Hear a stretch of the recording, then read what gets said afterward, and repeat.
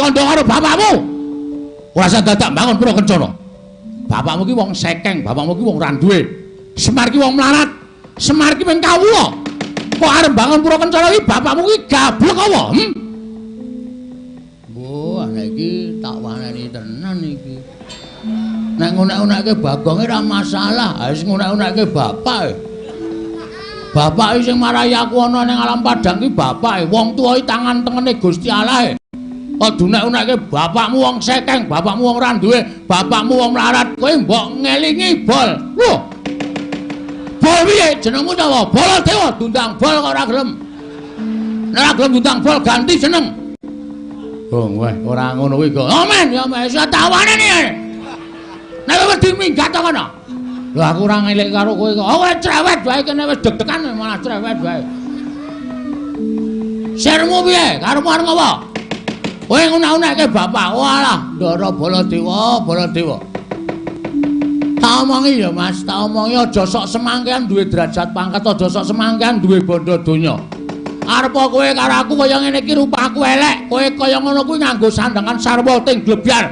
Kowe nganggo derajat pangkat dhuwur, ning di mata Tuhan kita itu sama. Ponokawan Petro, apa to kang dadi wigatine dene jeneng sira diutus dene wong atuamu Kakang Semar Badranaya. Menawa ngaten sinuwun. Estunipun sampun wonten setunggal candra niki bapak niku kaya wong lara ning ora lara. Bapak niku kaya masuk angin ning ora masuk angin. Ning boten purun dahar, boten purun ngunjuk, mung begogok enten ngajeng griya. Penyawange bapak niku kaya wong kelangan pengangen-angen, kaya wong kelangan rasa. Mula penyawange niku namung suwung. Lah kula wanek-wanekke kalih Garing kalih Bagong nyedhaki karo bapak. Pak, jane eneng apa to? Sing jeneng wong tuwa ki nek wis sepuh kuwi uripe ditanggung karo anak. Beda mbiyen jaman aku karo Garing karo Bagong ijik bocah. Mbok dulang, mbok tuntun, mbok warai apa-apa, anak dadi tanggungane wong tuwa. Ning saiki gandeng anak wis padha gumregah, anak wis padha mentas, anak duwe tanggung jawab nanggung karo uripe wong tuwa. Ha, bareng ngoten bapak niku terus krekel-krekel kersa ngendika. Ngendikane bapak ngenten iki, kula tak nirokke omongane bapak sampun kinten kula menika ngoko kalih panjenengan, ning kula mung nirokke omongane bapak mengko ndak ana undhaking pawarta sudaning titipan. Undhaking pawarta sudaning titipan kuwi kepiye? Contonipun ngeten. Anan kidul dusun ini ana ula gedene sak jempol, mengke kabar tekan tengah dusun ana kabar ana ula gedene sak glugu. Mengke tekan lor desa ana ula gedene 7 glugu. Kabar karo kasunyatan niku wis ora padha, niku jaman sak mangke menika kulina. Mula sampun dinten kula menika gedhek-gedhekke kabar, nambah-nambahi pengendikane bapak. Mula kula arep matur apa anane. Iya Ponokawan Petruk matura ngeten. Truk, aku ki ora lara. Aku ki ora nandang duwe rasa apa-apa, ning aku mikir gandeng uripku eneng donya kuwi dipatah utawa diwajibke dadi pamomong. Monggo momong para satriya-satriya ngateken ati suci pepayung budi rahayu kaya ta Pandhawa. Pandhawa lenggah ning negara Ngamarta kuwi aku ya melu bebodro, aku ya melu budidaya. Dadi nek Ngamarta ana apa-apa, nek Ngamarta kuwi lelakone kurang becik, lelakone kurang prayoga, kuwi aku melu diluputke. Sing ngluputke aku dudu sapa-sapa, ning dewa. Mergo aku dadi pamomong kuwi sing dawuh para Jawata utawa para dewa. Wah nggih. Lah terus pripun, Pak? Kula matur ngoten. Kahanan negara Ngamarta kuwi saiki beda karo kaya mbiyen. Mbiyen negara Ngamarta kuwi negara ingkang adil, makmur, warata, tias bagya mulya, ayom ayem tentrem, kaulane padha sayuk rukun urip tembayatan manunggal tunggal cipta rasa karsa lan karyane. Ning Ngamarta saiki kok beda kaya mbiyen. Ngamarta saiki nuwun sewu, wong-wongane padha nilar tata krama, ninggal unggah-ungguh, malah kala mangsa sok ana ingkang tegel karo sedulure, tegel karo kancane ming perkara bab sing ora sepira nganti dadi regejegan, nganti dadi padha bentak sirah. Wekasan akeh sing ora rukun. Ngoten niku. Lah, kanan sing kaya ngene iki nek tak nengke, kuwi ngibarate Ngamarta ki mung kari sak siliring bawang, sak umuring jagung, sak uruping damar. Ngamarta bakal remuk bubuk dadi rempon. Mula aja nganti Ngamarta kuwi negara kuwi rubuh merga olahe para kawula ingkang padha nggugu karepe dhewe. Mula aku duwe niat mbangun pura Kencana. Kula kaget, Bagong ya kaget, Gareng ya kaget. Semar niku ming batur, Semar niku ming wong sekeng, Semar niku nuwun sewu wong ra duwe, ming kawula. Kok arep mbangun pura Kencana. Terus kula nyuwun prisa dhateng Bapak. Janjane pura Kencana iki karepe Bapak pripun? Wong Bapak niku nuwun sewu, piyai nuwun sewu lho Pak, ora ngecip, piyai ora duwe, kok arep mbangun pura Kencana. Kowe aja kleru. Aku mbangun pura Kencana kuwi ora mbangun papan sing magrong-magrong. Sing dumadi saka Kencana, mutiara, jamrud, hergeni, emas kuwi ora. Ning pura Kencana kuwi utawa sanepaning tembung Kencana kuwi apik, pura kuwi papan. Aku pengen bangun papan negara Ngamarta kuwi papan sing becik, papan sing apik, papan sing tentrem, papan sing rukun. Kawulane padha tembayatan, sayuk rukun tetunggalan manunggal. Ora bedak-bedake werna kulit, ora bedak-bedake tata basa, ning manunggal tetunggalan manunggal ana negara Ngamarta. Mula aku pengen bangun pura Kencana. Embane uripe kawula sak negara Ngamarta kuwi padha urip ana ing pura Kencana, papan sing endah, papan sing tentrem, papan sing rukun. Ngoten niku. Terus kula matur kersane Bapak. Lah terus kersane Bapak pripun? Syarate pripun? Sranane apa? Truk kowe sowan ning negara Ngamarta. Aku njaluk Pandhawa 5 diaturi rawuh mrene sinambi mundi pustaka jamus miyang jimat kelima sada. Merga ngene ya, Truk. Ana tetembungan manunggaling kawula lan Gusti kuwi nek diglejah utawa dionceki, manunggaling pangarep sing lenggah ning dhuwur karo para kawula. Nek tetunggalan manunggal dadi siji, kuwi negara bakal apik, negara bakal becik. Ning kosok balen, nek sing ning dhuwur ora tau nyawang ngisor, sing ngisor polahe nganti gedabikan ewadene ora tau disawang karo sing dhuwur, kuwi negara bakal rusak. Merga kawula wis ora percaya karo pangarepe, pangarepe ora nggatekke uripe para kawula. Lah niku. Mula sowan kula menika namung diutus dening Bapak supados mboyong Pandhawa gangsal cacahipun supados rawuh wonten ing Karang Kadempel sinambi mundi pustaka jamus kelima sada supados sak mangke gegayuhanipun Bapak anggenipun badhe mbangun pura Kencana menika saged kasembadan. Mekaten menika dados aturipun ing abdipun Petruk sinuwun. Menawi katampi ngaturaken panuwun, menawi boten kula nyuwun mahapunten. Kula nyuwun dasaripun menapa kok boten kersa rawuh teng Karang Kadempel jer gegayuhane Bapak niku apik, gegayuhane Bapak niku becik. Ngoten. Nek sampeyan kersa monggo dinten menika kula dherekaken gangsal panjenengan Ndara Werkudara, Ndara Janaka, Ndara Nuklasdewa rawuh teng Karang Kadempel sinambi mundi pustaka jamus lima sada. Ning nek mboten dasare apa, alasane apa, kula ajeng midhangetaken ingkang tetela. Ngoten natur kula menawi wonten lepat nyuwun pangaksami. Iya Petruk, nggih. Gandeng pustaka jamus kelima sada kuwi darbe ing Pandhawa 5, nggih. Aku tak taren karo adi-adiku dhisik Petruk. Oh monggo menika langkung sae. Tinimbane sampeyan nika mutusi piyambak, monggo ngono salah sawijining rayi panjenengan sing ora sarujuk menika dadine ya ora apik. Mula kudu dirembug kanthi sae. Werkudara, apa? Piye Dimas miturut penemuning Siadi gegayuhaning Kakang Semar? Wah, Petruk, dalem yen aku sarujuk bapakmu ngene bakal mbangun pura Kencana. Yen perlu Prabeya aja metu saka bapakmu, yen butuhke Prabeya mengko aku sing bakal maringi. Jodipati mbok tawu bandane ora apa-apa. Waton kasembadan penjangane bapak. Estu Den? Yo tenan. Alhamdulillah. Matur sembah nuwun.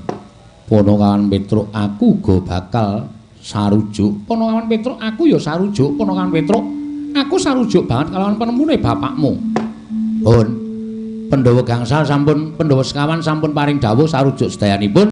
Samenika gumantung sinuwun Prabu Darmakusuma. Kersa menapa boten mergi ingkang dados nalindra menika panjenengan sing nemtokke ya panjenengan. Mula kula aturi paring dawuh ingkang tetela. Ponokawan Petruk, wonten dawuh. Bingung rasane atiku Petruk. Lho, sebabe merga sadurunge ora sowan mau, nggih. Koko Prabu Ndarawati sinuwun Prabu Sri Bathara Kresna uga mbutuhake pustaka Jamus kelima sada. Lho. Sinuwun Kresna? Iya, Petruk. Wigatose Ndarawati ketaman pegebluk. Akeh para kawula ingkang esuk lara sore ketiwasan. Mula kang sangka kuwi Koko Prabu paring dawuh bisane waluya nirmala temah jati yen to tinumbalan pustaka Jamus nyang jimat kelima sada. Petruk, mongko rawuhe dhisik Koko Prabu Ndarawati tinimbang kowe. Mula kowe ngalaha. Sakwise Koko Prabu Ndarawati nggunakake pustaka Jamus kelima sada, mengko aku bakal sowan sak Pandhawa ning Karang Kadempel. Mangkene miyen sing dikersake bapak niku sakniki tur pustaka Jamus kelima sada kok ajeng dienggo tumbal niku nuwun sewu sing jeneng nggo tumbal niku mung dipendhem. Nek dipendhem niku ora bakal bali meneh. Ngaten. Lah lek kula ngenteni terus pirang dina, pirang sasi, pirang taun. Selak bapak ora kelakon bangun Pura Kencana, panjenengan ora rawuh-rawuh teng Karang Kadempel. Kula diseneni bapak. Petruk, kowe ngalah. Nek perkara ngalah kula gelem ngalah wong kula niku jejere kawula. Nek ditanding karo priyagung ngenten iki kula kalah derajat, kula kalah pangkat. Wis saempere nek wong cilik niku pendak-pendak mingkon ngalah, mawon niku saempere. Ngoten. Ning kula nuwun sewu, panjenengan kudu ngatosaken lelabuhane bapak. Bapak niku kawula cilik, ning ngisane Pandhawa sampeyan mukti teng negara Ngamarta niku ya merga saka bapak. Napa sampeyan ora mesake karo bapak? Bapak niku sikil dienggo sirah, sirah dienggo sikil, ngetutke para Pandhawa dadi abdining para Pandhawa. Wit biyen tekan saiki ra tau njaluk undaan bayar blas. Ayo. Ning ewa semono bapak mbake pustaka Jamus kelima sada, kok panjenengan malah ngalahke bapak. Kula nuwun sewu. Srawunge Pandhawa karo Sinuwun Ndarawati, srawunge Pandhawa karo bapak niku dhisik srawunge Pandhawa karo bapak. Sampeyan dereng tepung karo Sinuwun Ndarawati, wis tepung karo bapak, wis digula mentah karo bapak. Kula mboten ngetok-ngetokke lho, kula mboten ngetok-ngetok. Kula diweling karo bapak, truk ora usah ngetok-ngetokke sing werna-werna. Lelabuhanku ora usah tok kandhake. Merga aku kuwi duwe pedoman. Nek tanganku tengen ngulungke, tanganku kiwa aja weruh. Nek tanganku kiwa ngulungke, tanganku tengen aja ngeruh. Niku wong bebantu sing tanpa pamrih, ora duwe pamrih napa-napa niku salukane kaya ngoten niku. Niku pun dilakoni karo bapak. Mun nek sampean nganti nyingkirke bapak, lah nuwun sewu. Ayo wis, seprene-seprene kula labuh karo sampean wis ora ana gunane. Tinimbangane ora ana gunane kula labuh karo sampean, wiwit dina niki kula nyuwun tapak asta kula medal saking Ponokawan Ngamarta. Pun ngoten mawon. Lah diwas tak labuh sono seprene sampean ora iso ngerteni lelabuhane bapak, gunane napa kula klesotan teng ngarep sampean? Nang apa, Tru? Iki lho, Gong. Piye? Awak dhewe dikalahke karo Sinuwun Ndarawati. Sinuwun Ndarawati mrene butuh ngapa?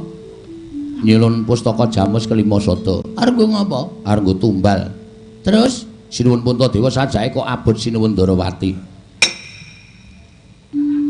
Mundur. Oh iya. Arep ngapa? Mundur. Nek ra sing ngomong aku kowe kurang vokal. Oh iya. Nek ra sing ngomong aku wis ora rampung. Lha nuwun sewu Sinuwun. Ponokawan Bagong kowe arep matur apa? Gandeng Petruk niku nuwun sewu, kata-katane mboten jelas. Mbok menawa sampeyan iso nampa napa sing dadi aturi Ponokawan Bagong. Setunggal. Kula mengajeng takon saniki perkarane sepele mawon. Nuwun sewu lho, sampeyan niku Sinuwun Kresna karo bapak abot endi? Pun ngoten mawon. Nek abot Sinuwun Ndarawati monggo pustaka Jamus Jimat kelima sada mang paringke Sinuwun Ndarawati. Ning nuwun sewu lho. Pustaka Jamus Jimat kelima sada menika mboten kek mung pusaka lumrah, ning niku panggesanganing para Pandhawa. Pandhawa nek kelangan pustaka Jamus kelima sada niku ora duwe kekuatan. Wong sing ora seneng karo Pandhawa gawe cintrakane Pandhawa niku bebasan angel mijet wae ngranti suwe banyu sinaring. Paham? Iya, Pak Bagong. Nggih. Sing angka loro saniki nek pusaka kok menggo tumbal. Niku tegese tumbal niku nek cara piyayi ngertos niku mung dipendhem. Nek pusaka dipendhem niku mboten ajeng bali meleh teng praja Ngamarta. Bener omongane Petruk. Tur malih saniki kula nuwun sewu. Sinuwun Ndarawati niku kok negarane ketaman pegebluk. Nek dinalar ora ketemu nalar lho sinuwun. Sebabe apa? Sebabe Sinuwun Ndarawati niku jejuluke Prabu Sri Bathara. Sing nganggo jeneng Sri Bathara niku sak donya mung ana loro. Siji Sri Bathara Rama Wijaya, loro Sri Bathara Kresna. Apa? Apa to? Kuwalik. Hah? Kuwalik. Apa to sebabe kok nganggo jeneng Sri Bathara? Merga niki menungsa, nuwun sewu nggih sinuwun. Ya ora apa-apa. Niki menungsa sing ketitisan dewa. Sapa sing nitis teng awake Prabu Kresna? Mula-mula Sang Hyang Bathara Wisnu. Wisnu niku sapa? Dewa king tukang nentremke jagat. Dewa sing tukang ngandum katentreman, dewa sing tukang ngandum kabagyan. Saniki ngeten. Sampeyan niku ratu nuwun sewu. Nuwun sewu lho kula mboten ngandani ning kula ming ana apa supaya sampeyan niku luwih teliti nyawang kahanan. Iya. Sing jeneng pegebluk ngoten niku tiba teng donya niku dadi peringatane sing gawe urip kagem titahe sing ora gelem manembah ngoten ana wewengkon sing pancen tumindake ala tumindake jahat masyarakate ora gelem manembah sing diparani ming papan-papan maksiat niku karo sing gawe urip mesti tibane napa-napa teng mriku sing marai uripe rekoso blek. Terus do keteleran mudar. Iya. Niku pegebluk. Terus saniki kula takon, Ngastina niku sing dadi ratu sapa? Prabu Duryudana. Niku ratu jahat, ratu angkara murka, ora ketaman pegebluk. Ratu Wirata, ratune lumrah, ora ketaman pegebluk. Terus saiki Ndarawati negara sing ditunggoni dewa kok ketaman pegebluk. Niku nek cara sakniki ling ngomongke mohon dicek dulu. Aja kesusu. Nek kesusu sampeyan mengke kelangan pustaka Jamus Limasada malah ngrekoso. Ngoten lho. Kula aturi menggalih. Sinuwun Prabu Ndarawati menika titising Sang Hyang Bathara Wisnu. Nek nganti sampeyan langlung-langlung bab pusaka cilaka. Tur saniki bapak nyuwun pusaka niku ora kok uwal saka Pandhawa. Pandhawa diaturi rawuh teng Karang Kadempel 5 cacahe. Tegese pusaka ora pisah karo sampeyan. Niku aman-aman mawon. Nek pusaka pisah karo sampeyan niku nyilakani. Nuwun sewu lho, Den. Kedung jero iso dijajaki atine menungsa sapa sing ngerti. Saniki sedulur niku iso dadi mungsuh, kanca iso dadi satru. Ning nuwun sewu lho. Arep niki bendina teng mriki, ning sapa ngerti atine Kresna? Nuwun sewu lho niki. Nek duwe niat ala, merga sing jeneng ketitisana dewa kae isih kedunungan kulit daging. Kedunungan kulit daging nika iso kedunungan ina lali salah apes lan mati. Saapik-apike wong mesti tau-tate tumindak ala. Saala alaning wong mesti katabetan ati sing suci. Niku lho. Oh, sampeyan ora paham. Ratu Lenggasine kok arep dapusi wong kok penak wae. Ha nek cara kula diteliti. Utusan Ndara Werkudara rawuh teng Ndarawati. Ndarawati ana pegebluk apa ora? Nek ora sampeyan kelangan pusaka wis bacut menehke karo Prabu Kresna. Nek ketaman pegebluk, monggo dibantu. Jero urip ning alam padang menika saling bantu-bantu. Ngoten. Ngoten mawon atur kula. Ewadene kula matur menika wonten sing kira-kira ora trima. Ora trima dengan kata-kata kula. Kula mboten wedi karo sapa-sapa. Pathokan kula mung siji. Kula niku bener. Nek kula bener aja kok menungsa. Dewa medhun wae kula ora wedi. Mula kagem ing sami gawonten ing kedaton negari Ngamarta mriki sakliyanipun para Pandhawa kinten-kinten nek ana sing ora trima silakan. Saya kasih waktu. Berbicara langsung karo Bagong legane atiku. Jajamun tabler kena tabuka yayasine pe. Etra kocak ngundarandir.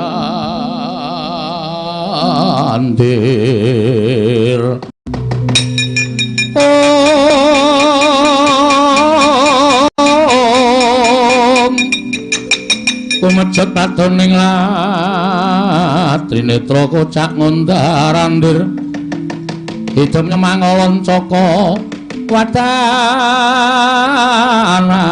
rombaranang kaya kembang borawari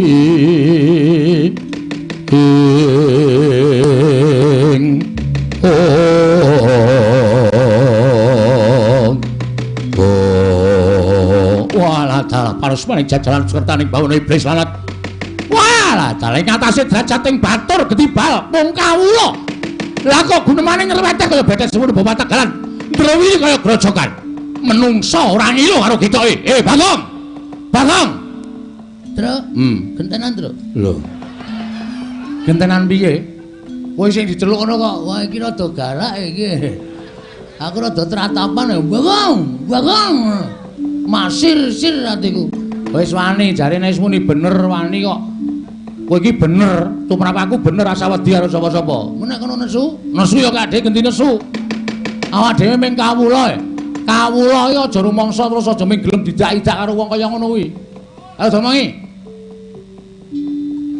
engko nek perang ditandangi wong loro nek ade kalah ya mulih njukuk dit hus kaya main wae truk padha kira wonten dawuh kowe ngerti ora aku sapa oh lah iki perlu priksa iki karo awake dhewe kok lali sampean Prabu Baladewa sapa-sapa wis ngerti sampean Prabu Baladewa kowe matur ning ngarepe sapa sinuwun Prabu Puntadewa aturmu piye lho wah ya wis lali nek kon baleni kok ya ature akeh banget Bagong nun kowe padha karo kenyek karo Yai Prabu Ndrawati kowe ngecek karo Yai Prabu Ndrawati kowe nyas dadane Yai Prabu Ndrawati kowe ngino mbok anggap Yai Prabu Ndrawati iki panjalmaning mungsuh ingkang bakal nyuwun perkawis menyang Jimat Limoso ya apa ora lah apa ora lho Yai Prabu Ndrawati iki dudu mungsuh dudu ya wis ngono geger wong dudu nek dudu ya syukur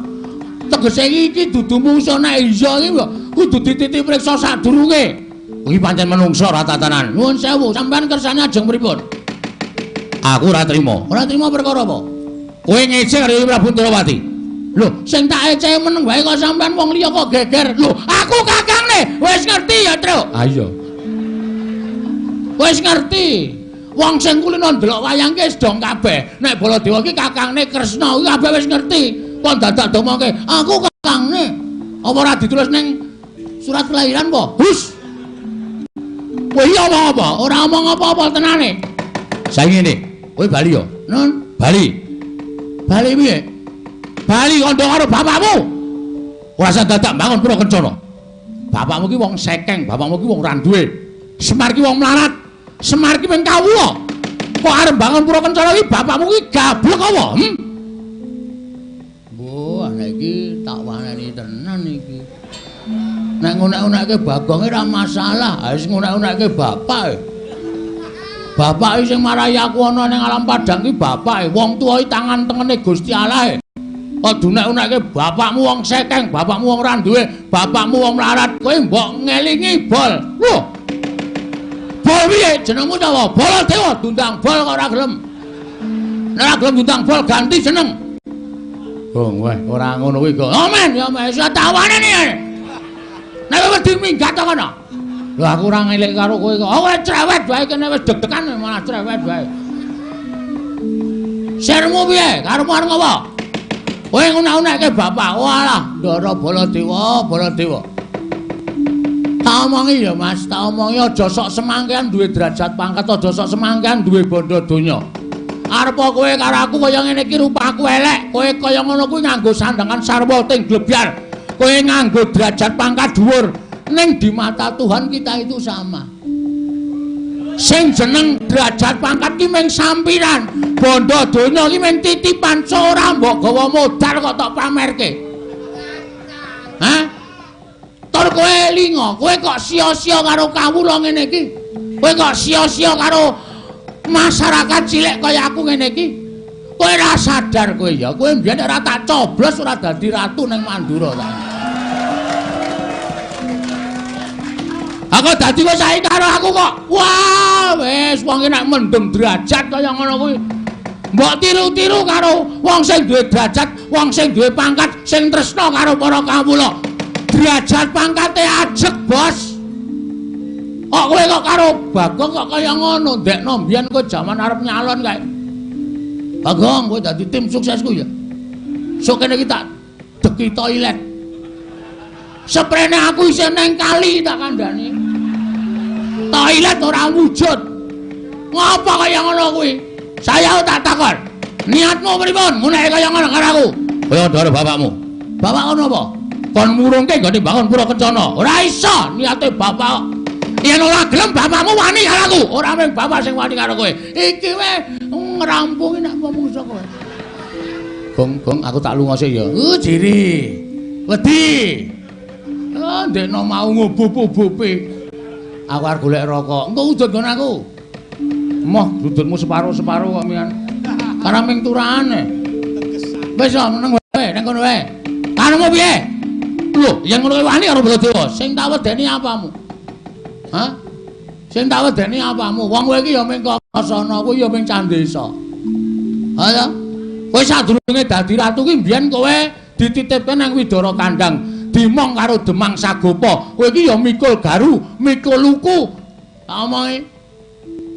Kowe ya saba sawah, bareng saiki entuk derajat pangkat tok Bagong, Semar ngilo karo dicoke. Menungsa kere, menungsa gedibal. Walah, Baladewa, Baladewa. Kok kaya ngono to kelakuanmu? Hah? Kowe ngeceh dume aku ki ming kawula cilik, ha. Kowe ngeceh dume aku ming masyarakat rendah, masyarakat bawah, ha. Hah? Muni wae. Saya tak takon karo kowe, kowe ngunekke Semar wong kere kuwi ngerti Semar iki sapa? Semar iki dewa, Bol. Semar iki dewa, kae kakangne Bathara Guru. Semar ki Sang Hyang Ismaya. Semar ki nek gelem nang kayangan ora mung guru, dosen kae tak kandhani. Sandhure guru kae. Hah? Ning Semaremah kamukten kayangan, Semaremah kamukten bondo donya kayangan. Trima medhun ning jagat dadi kawula cilik kaya ngene iki. Wis diantepi.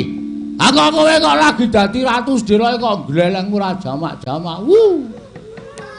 Aku nek gelem nglumpukke kawula tak sengget glejak saka kursi kowe. Aku niye?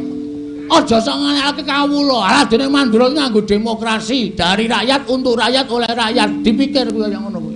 Dadi kowe kudu ngayomi karo wong-wong kaya aku iki. Ora kok ngasake kaprawiranmu.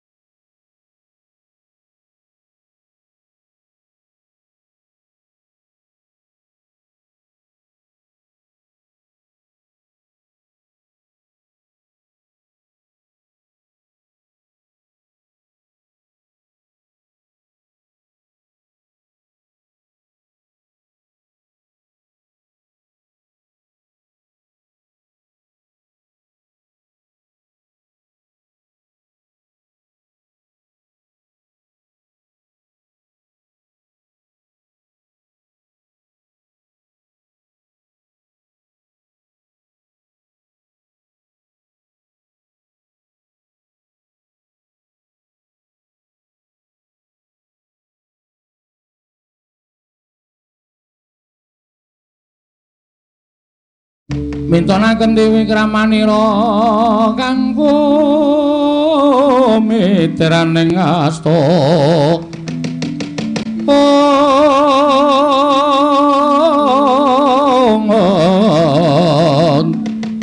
kang mitraning astaning asta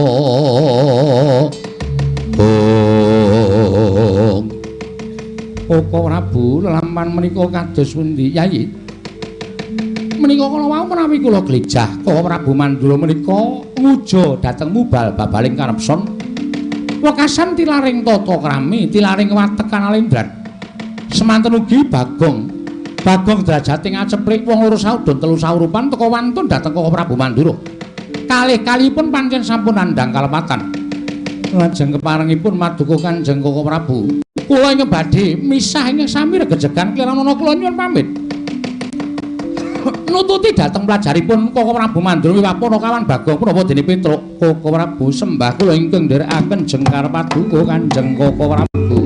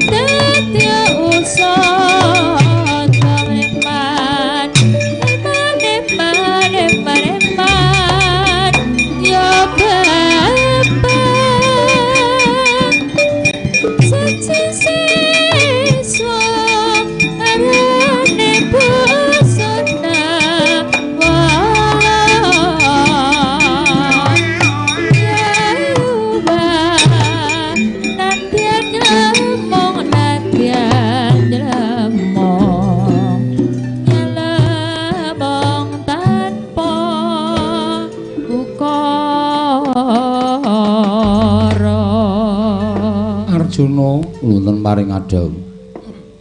Werkudara, nggih. Bingung rasaning pun Kakang. Kudu marang sapa pustaka Jamus Klima Sada ndak paringake miturut Yayi Werkudara piye? Ora iso matur. Kabeh-kabeh padha abote. Nanging aku percaya marang kabijaksananing barep kakangku. Seranane piye Dimas supaya aja nganti kleru. Sabubaring pasewakan iki kowe munggah ning sanggar pelanggatan manembah marang ngersaning Gusti. Saha ngucap asmaning Gusti marang Mbah makaping-kaping supaya entuk pepadang saka sing gawe urip. Bakal marang sapa? Pustaka Jamus Klima Sada mbok paringake. Dimas kadangipun Kakang kaya mengkono. Ya ta yen pancen kaya mengkono pun Kakang mung kari manut. Arjuna wonten maring adhawu bubarna kang padha siba ingsun kundur ngedaton kula nyuwun pamit madal pasilan sing ati-ati aja kaya bocah cilik kaya wis ora ana dawuh maneh Dimas kadangipun Kakang Yayi Pamadya purna gatining pananggilan sarta kundur ngedaton jeluk saking gambaran kencana pinapit gambaran gading kadhiraken sanggaring Purban Cedhi manggung ketanggung Jaka Paloro ingkang sami kampil upacaraning keprabon. Kawijining saking Mandura tindak nyosri Narata, lamun katinon saking Mandura katingal balabak candrane.